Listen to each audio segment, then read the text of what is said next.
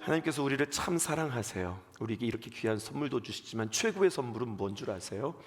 예수 그리스도, 그분이 우리에게 최고의 선물입니다. 예수 그리스도를 주시고, 예수 그리스도를 주신 이유는 그냥 딱 예수 그리스도만 떨렁 우리에게 주신 것이 아니라 예수 그리스도를 주심으로 말미암아 우리의 모든 죄를 사하시고 대속제물 되심으로 말미암아 우리를 깨끗하게 하셨어요. 우리에게 깨끗하게 하심으로 말미암아 우리의 마음을 준비하시고 성령님을 우리에게 보내주시고 성령님과 동행하는 귀한 인생을 우리로 하여금 살아가게 하셨습니다. 그런데 여러분, 이렇게 성령님만 우리에게 선물로 주신 게 아니에요. 지금부터 잘 들어보세요. 성령님을 통하여서 우리에게 귀한 선물을 주셨을 뿐만 아니라 교회 시대 이후에 하나님께서 우리에게 기가 막힌 선물 하나를 또 주신 게 있습니다. 예수님도 성령님도 하나님도 아니에요. 교회도 아니에요. 무엇을 우리에게 선물로 주셨는 줄 아세요? 그것은 바로 성경, 하나님의 말씀입니다. 하나님께서 우리를 참 사랑하셔서 하나님의 귀한 말씀을 문자화하셔서 우리에게 주셨어요. 그리고 하나님의 귀한 말씀을 또다시 성령님을 통하여서 우리로 하여금 감동케 하시고 읽게 하시고 언제 어디서나 하나님의 귀한 말씀을 내 마음에 담고 그 말씀으로 우리를 자라게 하신 하나님의 귀한 선물이 있습니다. 오늘 본문에 보니까요, 에베소서 4장 11절에서 12절, 우리가 4장 17절을 보았는데 그 전에 사도 바울이 이런 이야기를 우리에게 하는 겁니다. 그가 어떤 사람은 사도로, 어떤 사람은 선지자로, 어떤 사람은 복음을 전하는 자로, 어떤 사람은 목사와 교사로 삼으셨으니, 주님께서 우리에게 이렇게 귀한 이들을 보내주셨다는 거예요. 하나님께서 우리에게 귀한 말씀을 주셨을 뿐만 아니라 여러분, 이 말씀을 해석할 수 있는 귀한 사도, 선지자, 복음 전하는 자, 목사와 교사로 우리를 삼으시고 우리에게 또한 이들을 귀한 선물로 주셨다는 겁니다. 그래서 우리는요, 이 귀한 말씀을 마음 가운데 새기고 함께 한 몸을 이루어가는 귀한 교회로 삼으셨다는 거예요. 여러분, 우리가 계속해서 수요일마다 같은 시선, 같은 뜻, 같은 마음을 통하여서 우리 교회의 정체성을 여러분들에게 정의하고 있는 중입니다. 지난주에는 여러분들에게 신성감리교회, 춘천 신성감리교회, 신성교회라고 하는 로고의 뜻을 여러분들에게 가르쳐 드렸다면, 오늘은 신성교회 할 때 이 신성이 무슨 뜻인지 여러분들과 함께 다시 한번 새기고, 아, 우리 교회가 이런 뜻이 있구나, 다시 한번 알고, 그리고 그렇게 바라보고 그렇게 우리가 기도 제목 삼으셨으면 좋겠습니다. 지난주에는 로고를 여러분들과 함께 설교했다면 오늘은 교회 이름을 가지고 설교를 하겠어요. 전화를 했어요. 신성교회 오기 전에 신성교회, 신성, 저 혼자 스스로 생각한 거죠.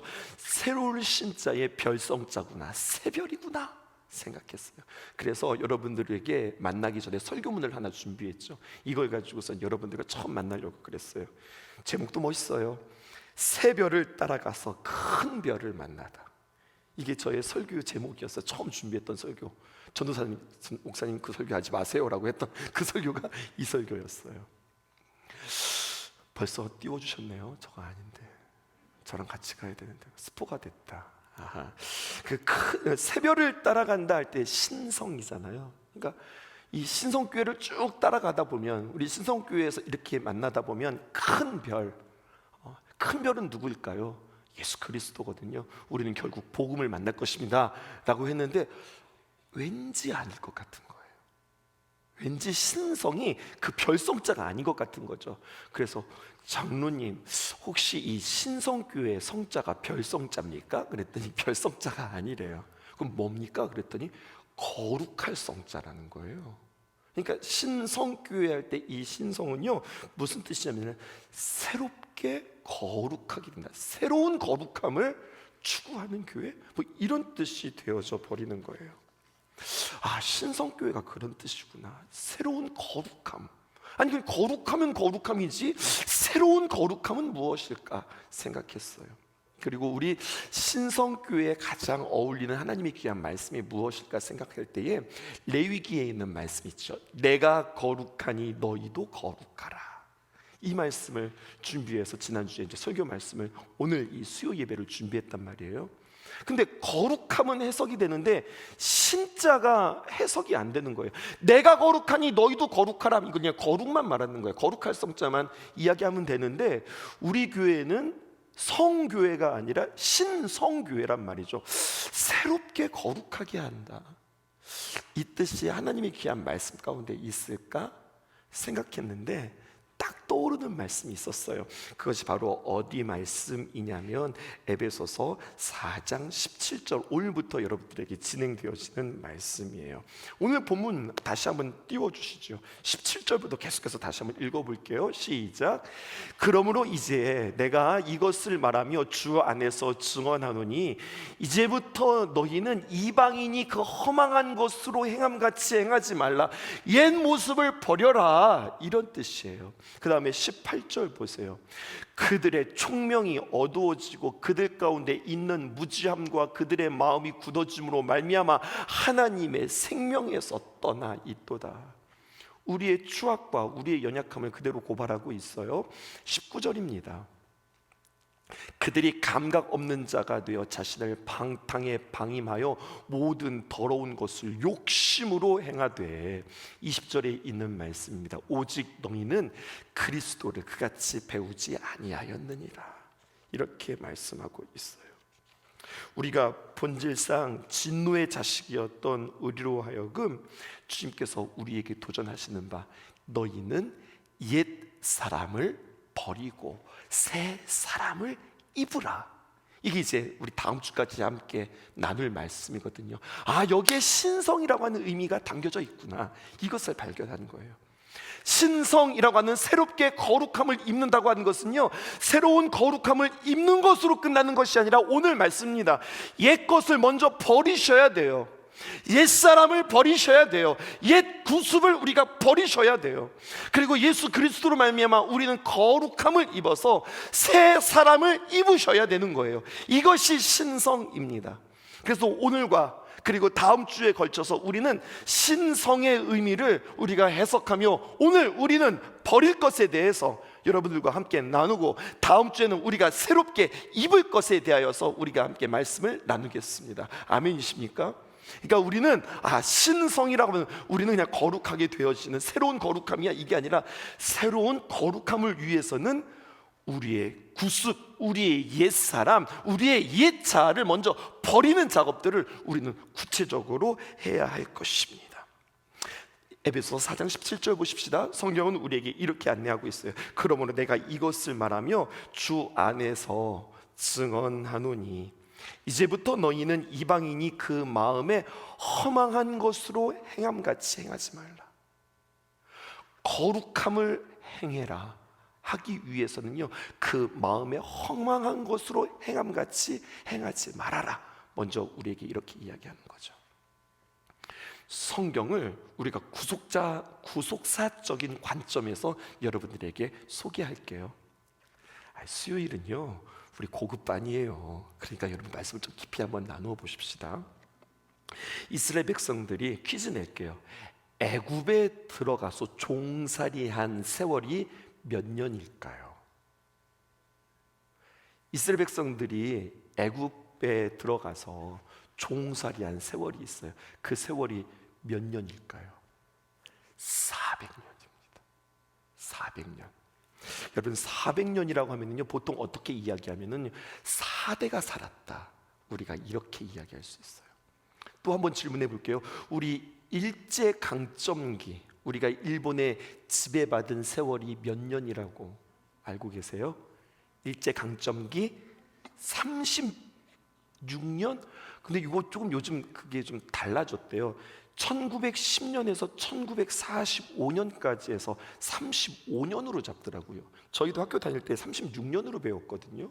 근데 오늘 말씀을 준비하면서 자료를 조사해 보았더니 제가 김동정 장로님께 다시 한번 여쭤보긴 할 거예요. 그런데 약 35년이야. 아마 우리는 뭐 35년이나 36년이나 그건데, 여러분 36년 일제 치하에 있었음에도 불구하고 일본의 문화의 잔재가 우리 가운데, 우리의 삶 속에 얼마나 많이 스며 들어있는지 몰라요.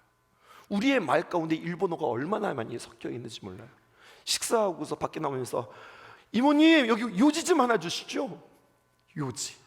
여러분 이런 거 있잖아요. 요지 뭐 우리만 쓰는 말인가? 이쑤시개 말이에요. 이번에 일본 선교사님과 이제 일본 선교에 대해서 막 이렇게 저렇게 이야기하면서, 그래서요 선교사님 일본에 가면은 단기 선교를 어떻게 해요? 어떻게 사역들을 도와줄 수 있어요? 뭐 여러 가지 많은 사역들을 감당할 수 있으나 각 집집마다 찌라시를 뿌리면 이게 참 좋은 복음의 효과가 됩니다. 찌라시요? 찌라시? 우리는 찌라시라고 하면은요, 뭐 거리에서 이 찌라시라고 생각, 이 찌라시라고 하는 말이 거기서는 그렇게 쓰이더라고요. 그러니까 어감도 많이 달라졌지만 알아듣기는 알아듣는 거예요. 36년 지배받았는데 그들의 언어의 습관이라든지 그들의 문화라든지 그들의 어떤 정서들이 남아 있다고 한다면 거기에 10배보다도 넘는 400년. 그러면은요, 이 이스라엘 백성들은 거의 애굽화되었다고 해도 과언이 아닙니다. 그들의 식생활, 그들의 언어, 그들의 생활 방식, 그들의 생활의 원리, 그리고 그들의 의식 구조, 그리고 그들의 가치관, 여러분 거의 애굽이라고 해도 과언이 아니에요. 그런 그들에게 하나님께서 그들을 애굽에서 건져내십니다. 유월절 사건을 통하여서, 홍해를 통하여서 그들을 새롭게 씻으세요. 그리고 그들을 가나안 땅으로 들어간 것이 아니라 40년 광야 생활을 시작하게 합니다. 저는요 오늘 이 광야 생활을요 광야 학교라고 표현하고 싶고요, 특별히 이 광야 학교를요 광야 고등학교라고 표현하고 싶어요. 이스라엘 백성들이 400년 살았습니다. 유월절을 지나 홍해를 건너서 새로운 땅에 들어갔는데 광야를 만났는데 그곳은 어떤 곳이냐? 광야는요 새로운 문화, 새로운 질서, 새로운 가치관이 있는 곳이 아닙니다. 하나님께서 그들의 모든 애굽의 물을 쫙 뽑기 위하여서 그들을 광야로 밀어 넣었는데요, 그 광야는 어떤 곳이느냐? 광야 학교는 진공 상태예요. empty. 모든 것이 다 없는 상태. 일본어로 말하면 앵꼬 상태입니다. 앵꼬 상태. 하나님께서 이스라엘 백성들을 여기다가 밀어 넣으신 거예요. 아무것도 없는 상태. 400년의 세월 가운데 광야 생활을 여러분 몇 년 했어요? 광야 세월 몇 년 했어요? 10분의 1인 40년 광야 생활했어요. 하나님께서는요 그곳에서 무슨 일을 하셨냐면 이 40년이라고 하는 세월 가운데 애굽의 잔재, 애굽의 정신, 애굽의 가치관, 애굽의 모든 문화들을, 애굽의 모든 우상까지도 그들을 쫙 뽑아내는 일들을 40년 동안 감행하십니다. 이스라엘 백성들을 이렇게 표현하고 싶어요. 그냥 이 광야 고등학교에 입학시켜 놓고 오직 아무것도 없는 그 진공 상태에서 하나님만 바라봐라. 귀, 하나님의 약속만 들어라. 그 다음에 입, 하나님께서 공급해 주시는 말만 하고 하나님께서 공급해 주시는 만나만 먹어라. 그들의 손과 발, 니들 마음대로 함부로 놀리지 말고 하나님께서 구름 기둥과 불 기둥으로 인도하실 때마다 그 인도함 따라서 너희들의 손과 너희들의 발은 하나님의 인도함 따라가라. 이렇게 해서 그들은 광야 생활을 통해서 오직 하나님만 바라보는 것으로 여러분은 그들이 애굽의 모든 것들을 쫙쫙 빼내기 시작하는 거예요. 그리고 이제 광야 세월이 맞춰진 뒤에 요단강을 건너 그들은 어디로 들어갑니까? 젖과 꿀이 흐르는 가나안 땅으로 들어가요. 여기서 포인트입니다. 많은 사람들은 이 가나안 땅을 천국이라고 생각해요. 근데 여러분, 가나안은 천국이 아닙니다. 하나님께서는 또다시 한번 작업하세요. 그래서 제가 광야 고등학교라고 표현하는 거예요. 광야 고등학교에서 그들이 애굽의 400년 동안 그들에게 담겨져 있었던 모든 애굽의 잔재들을 쫙 빼낸다면 또 한 번 이중 작업을 시작하는데, 가나안이라고 하는 것은 어떤 곳이냐? 앵꼬, empty 상태가 아니라, 진공 상태가 아니라 가나안은 꽉 찬 상태입니다. 거기에는 애굽이 아닌 가나안 문화, 가나안 생활 방식, 가나안의 동경스러움, 가나안의 우상, 가나안의 농경 생활, 이 모든 것들이 꽉 찬 세상 속에서 그들은 다시 한번 훈련하게 되어지는 거예요. 거기서 다시 한번 하나님의 말씀, 하나님의 진리, 하나님의 귀한 가치관에 따라서 거기서는요 함께 싸우는 일들이 그들에게 과제로 주어지는 거예요. 여러분, 가나안이 천국이 아닌 이유는 무엇이냐면 이스라엘 백성들은요 가나안 땅에 들어가서 계속 전쟁했어요. 천국인데 어떻게 전쟁을 해요? 가나안 땅은요 그 땅을 정복하는 전쟁 이야기, 여호수아의 이야기가 시작되어지는 거예요. 광야에서는 무슨 훈련하는 거예요? 하나님만 집중하고 자신들에 있는 모든 것들을 다 빼내는 훈련들을 했다면, 이제 가나안 대학교에 들어가서는요 그 꽉 찬 그 모든 일정과 그 꽉 찬 모든 세상 가운데 그들은 무엇을 훈련해야 했는가?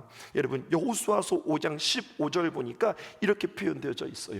여호와의 군대 장관이 여호수아에게 이르되, 그들이 가나안 땅에 들어가자마자 요단강을 건너고 할례를 받고 이제 뭔가를 시작하려고 하기 이전에 갑자기 여호와의 군대 장관 천사가 그에게 딱 나타나서 여호수아에게 이릅니다. 뭐라고 말하느냐? 내 발에서 신을 벗으라. 내가 선 것은 어떤 것이냐? 거룩하니라 하니 여호수아가 그대로 행하니라. 여러분, 가나안 학교에서는 무슨 훈련해야 되는 줄 아세요? 순종 훈련해야 되는 거예요. 여러분, 이 이야기는 누가 들었던 이야기입니까? 모세가 들었던 이야기예요. 어디서 들었던 이야기예요? 타지 않는 떨기나무 앞에서 여호와의 음성을 들었던 그 대목이 또다시 한번 여호수아에게 그대로 들려지는 겁니다. 내가 이곳이 어떤 곳인 줄 알아? 이곳은 거룩한 곳이다. 이곳에서 내 신을 벗으라. 주님께서 우리에게 이렇게 이야기하시는 거죠. 이게 거룩을 훈련하기 위하여서 빼내는 작업들이에요. 우리는 우리 신성교회, 이 신성 예배당이 너무나도 익숙하시죠.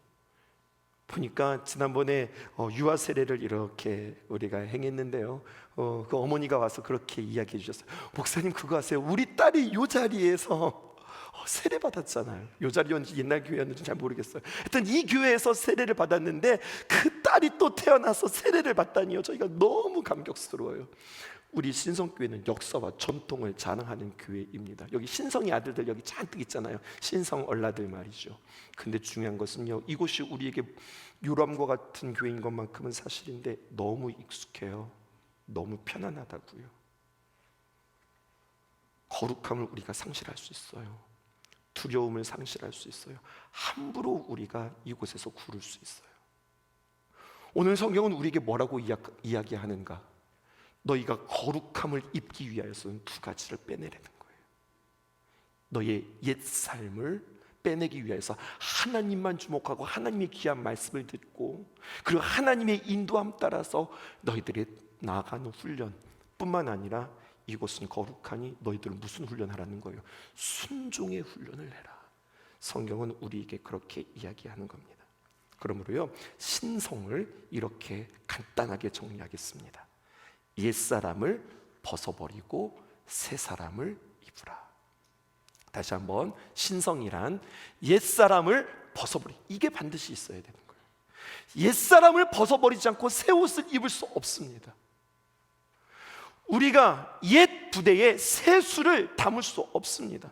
그러므로 여러분, 옛 사람을 버리고 새 사람을 입으라. 여기서 옛 사람이란 누구입니까? 에베소서 2장 3절에서 우리에게 옛 사람을 이렇게 진단합니다. 전에는 우리도 다 그 가운데서 우리의 육체의 욕심을 따라 지내며 육체와 마음이 원하는 것을 하여 다른 이들과 같이 본질상 어떤 사람이었다는 거예요? 진노의 자녀였다는 거예요. 진노의 자녀였던 우리를 하나님께서 400년의 시간이 지나자 이스라엘 백성들은 애굽의 문화, 애굽의 가치, 애굽의 생활 방식이 익숙했던 것처럼 우리가 하나님을 모르고 살아왔던 우리의 속사람은, 여러분, 우리의 본질은 육체의 정욕과 안목의 정욕과 이생의 자랑, 다시 말해서 육체의 정욕, 우리 육체의 쾌락, 안목의 정욕, 재물의 욕심, 그리고 이생의 자랑, 자꾸만 자리 싸움과 권세 싸움으로 우리는 우리의 마음들이 빼앗기기 쉽다는 거예요. 여러분, 인생에 대한 이해와 해석, 여러분, 우리는 어떻게 우리 인생에 대해서 이해하고 해석해야 하느냐? 우리는 죄가 편하고 죄가 익숙한 사람들이라고 하는 그것을 내가 먼저 이해해야 된다는 사실입니다. 그런 우리가 예수 그리스도로 말미암아 우리의 자신을 처절하게 바라보고 우리의 옛사람을 십자가에 못 박은 뒤에 새 사람을 입었는데, 중요한 것은 새 사람을 입었다고 그 사람이 새 사람이 되는 것이 아니라고 하는 사실입니다. 새 사람이 되었으면요, 여러분, 그 새 사람의 훈련을 하셔야 된다는 거예요. 똑같은 이야기가 창세기 한 번 더 등장합니다. 창세기 28장 15절 보십시다. 야곱이 말이에요.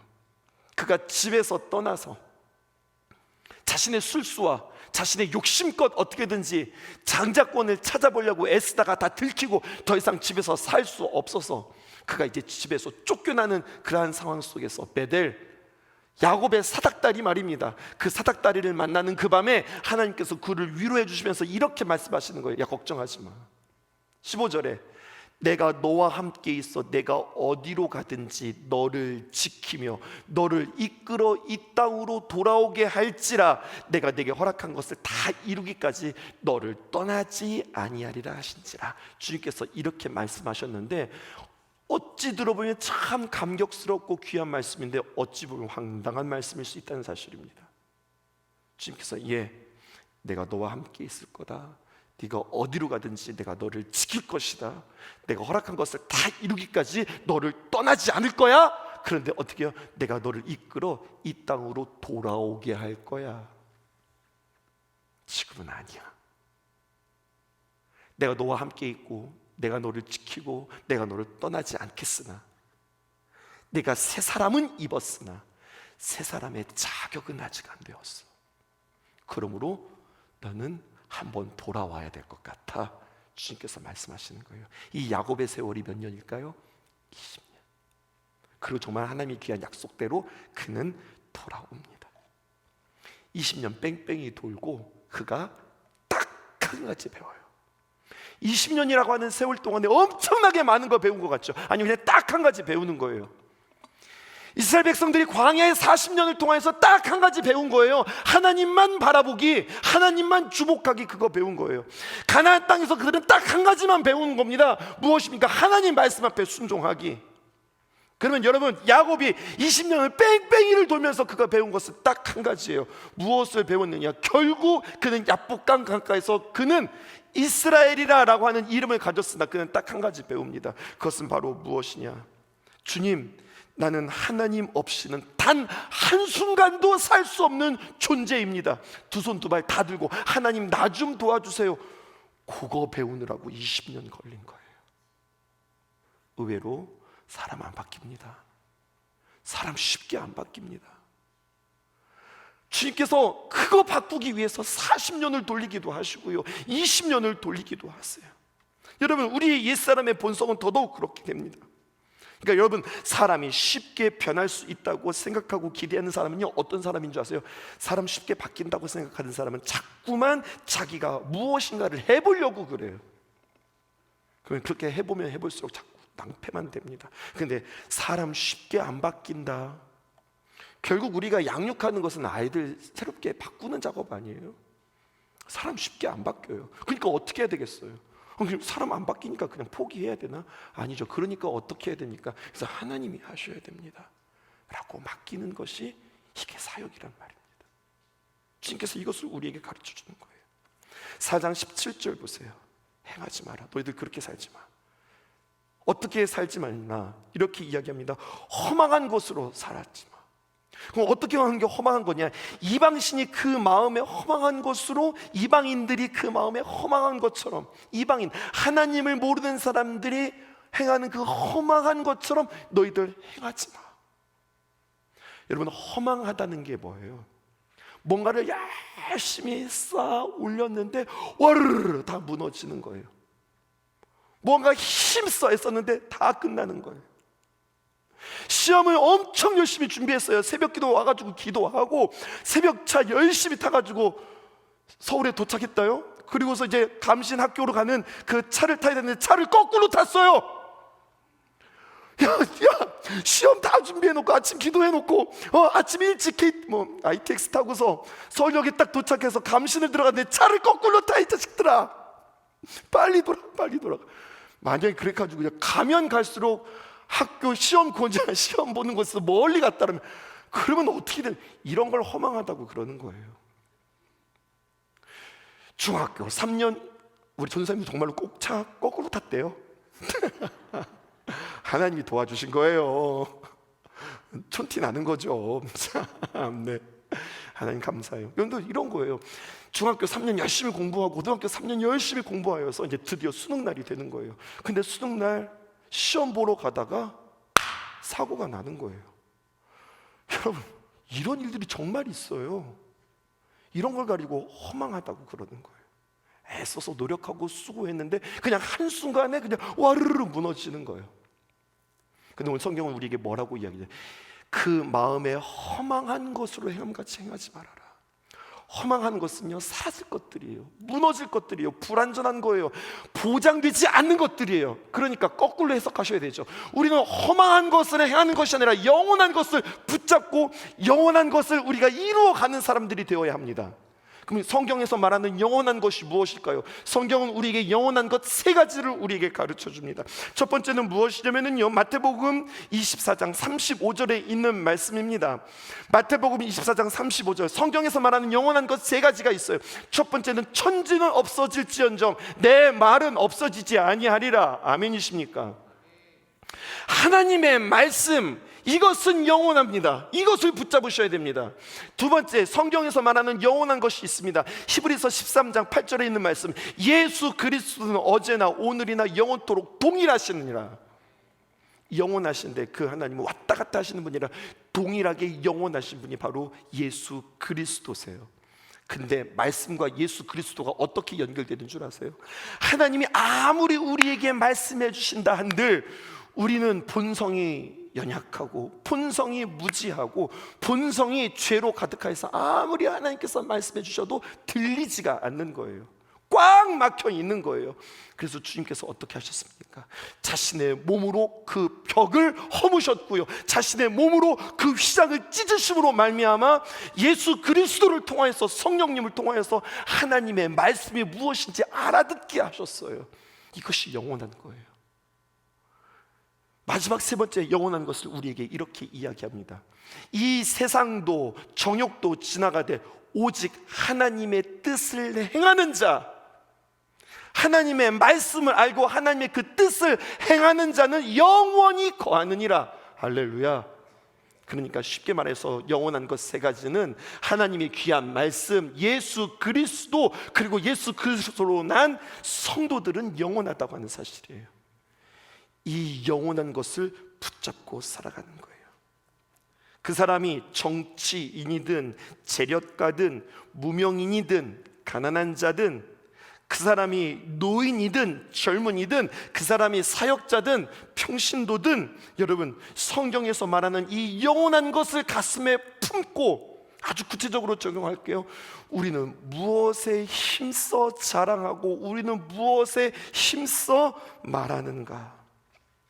여러분, 허망한 것으로 행한다라고 하는 말은요, 결국 이런 거예요. 우리의 마음은 결국 우리의 생각을 결정하잖아요. 그리고 우리의 생각은 언제나 우리의 선택과 우리의 말로 표현되어지는 거예요. 그런데 그 마음이 허망하니 그 생각도 허망하고, 그 생각이 허망하니 그가 하는 말들이 다 허망하고, 그가 선택하는 그 모든 것들이 다 허망하게 되어지는 거예요. 더 쉽게 말해볼까요? 우리의 말들과 우리의 선택들을 한번 생각해 보시라고요. 여전히 우리는 우리의 자랑, 내 자랑이 많고 우리의 관심이 여전히 땅에 있는 것들에게 많지는 않은지. 오늘 새벽에 여러분들과 함께 도전했죠. 나의 기쁨의 근원이 무엇인가? 나의 기쁨은 식도락에 있는 거예요. 세상의 많은 음식들을 맛보면서 돌아다니는 것이 나에게 기쁨일 수 있어요.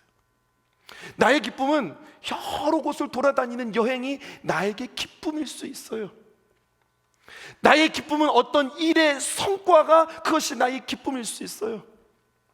여러분, 결국 나의 자랑, 결국 뭡니까? 나 알아, 나 할 수 있어, 이런 거예요. 내가 너보다 더 나아, 이게 나의 자랑이잖아요.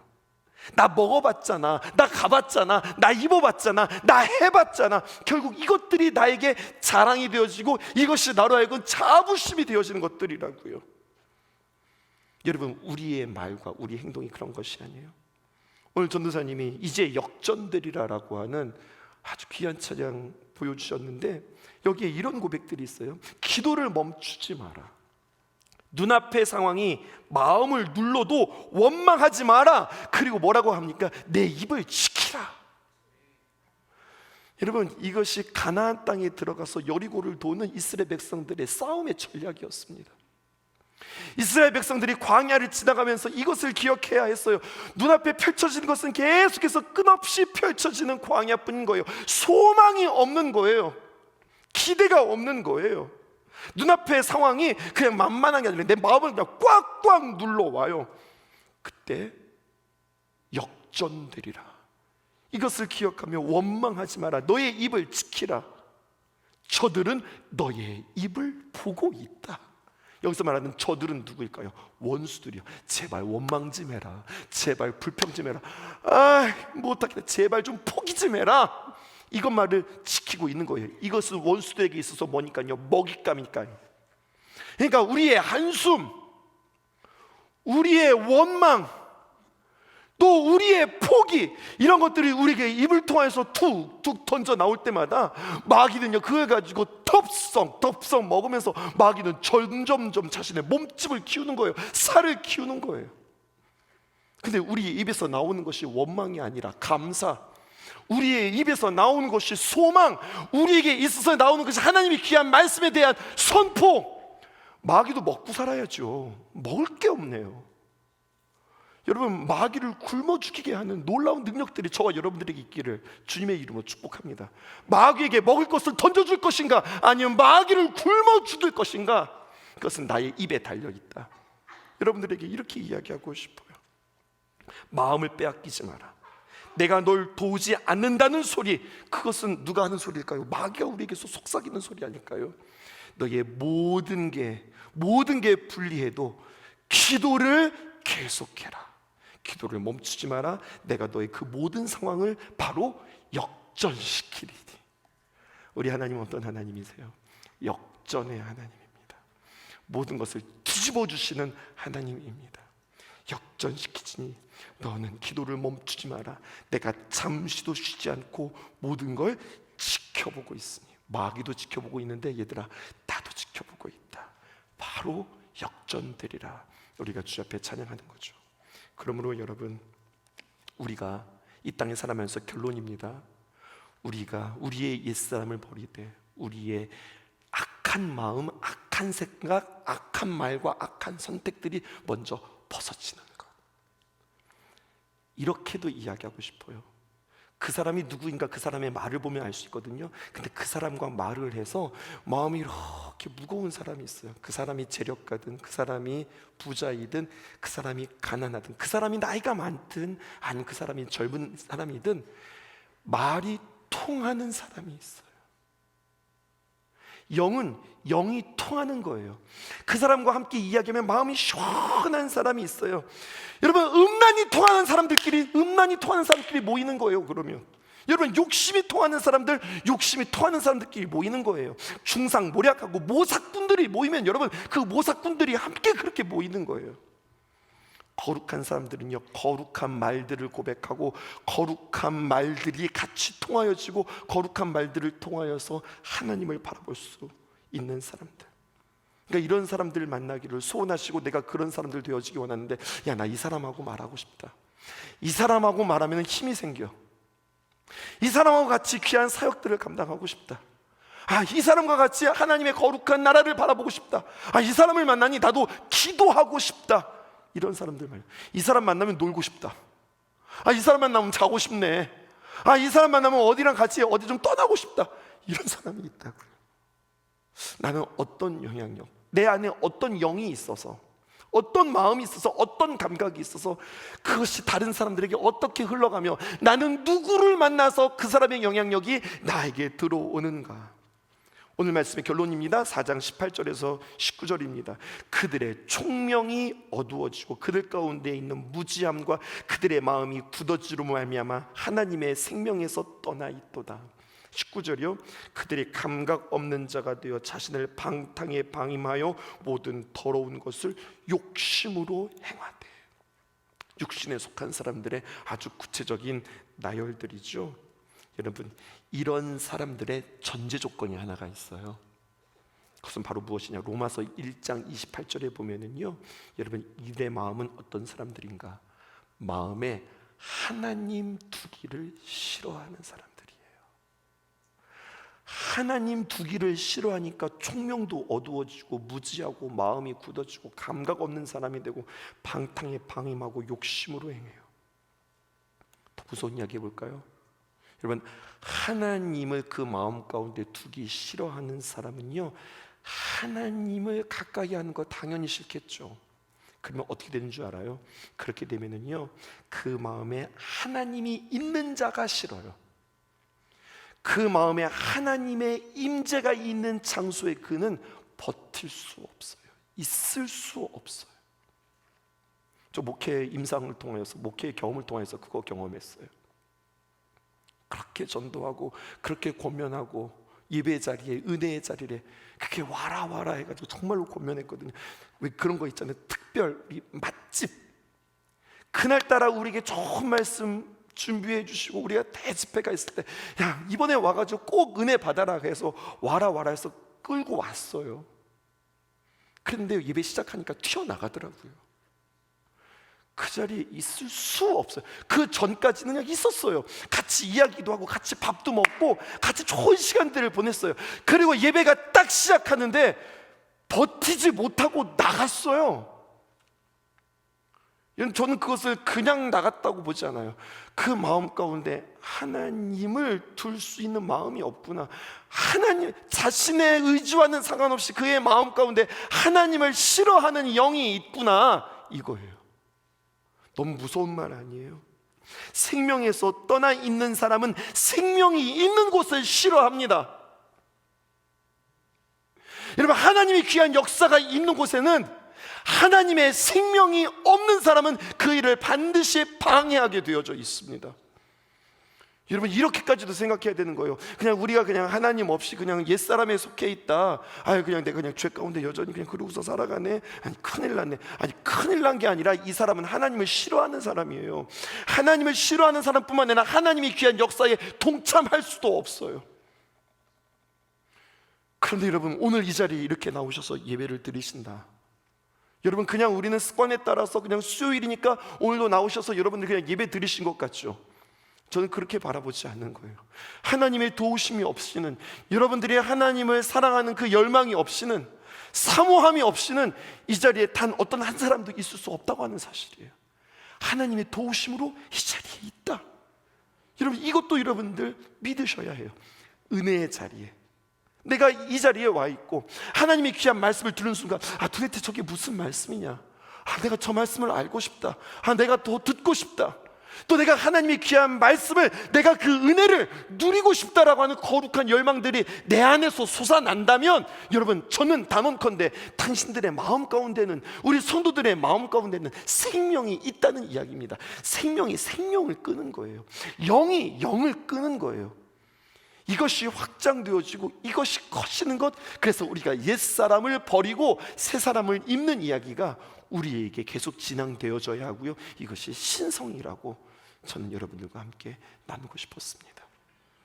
여러분, 신성교회 다니시는 여러분, 우리 신성교회 다니잖아, 그냥 그렇게만 우리가 이야기하지 말고 정말 신성의 뜻이 무엇인가, 이것도 우리가 한번 마음속에 새겨보고, 그래, 우리가 같이 이 신성의 이름으로 같이 바라보고 같이 기도하고, 그래, 신앙의 본질은 이런 거지라고 같이 공유하고 같이 애쓸 때 우리는 더욱더 하나 되어질 줄 믿습니다. 아멘.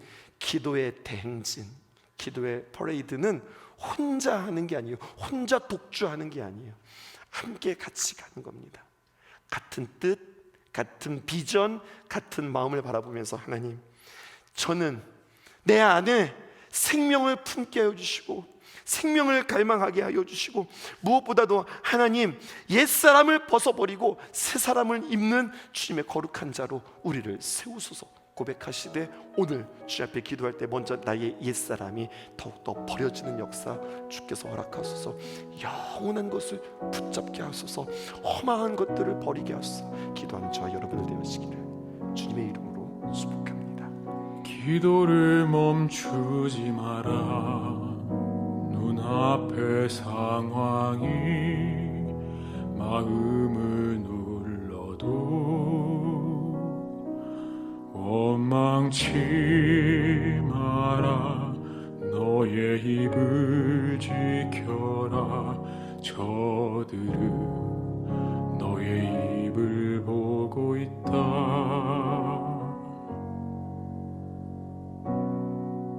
마음을 뺏기지 마라.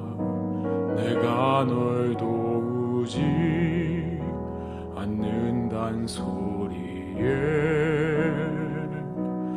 너의 모든 게 불리해도 너는 기도를 계속해라. 너 기도를 멈추지 마라. 내가 너의 그 모든 상황을 바로 역전시키리니 너 기도를 멈추지 마라.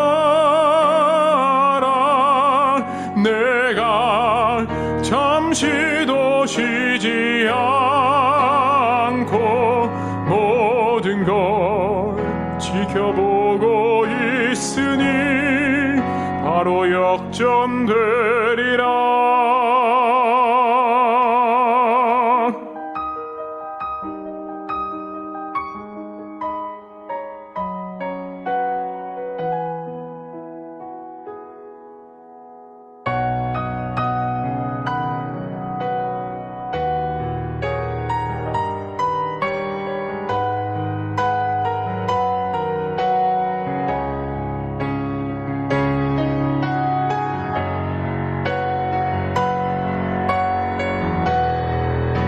저들의 힘이 너를 압도해도 저들의 힘이 내 목을 조여도 너는 보리라. 기도의 능력을 내가 역전시키리라.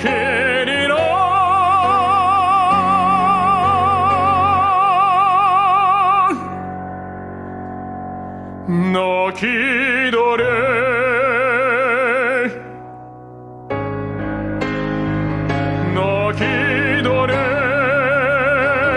멈추지 마라. 내가 너의 그 모든 상황을 바로 역전시키리니 너 기도를 멈추지 마라. 내가 잠시도 쉬지 않고 너를 지켜보고 있으니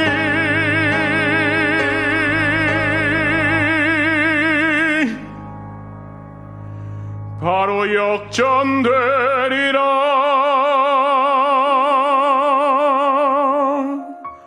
바로 역전되리라.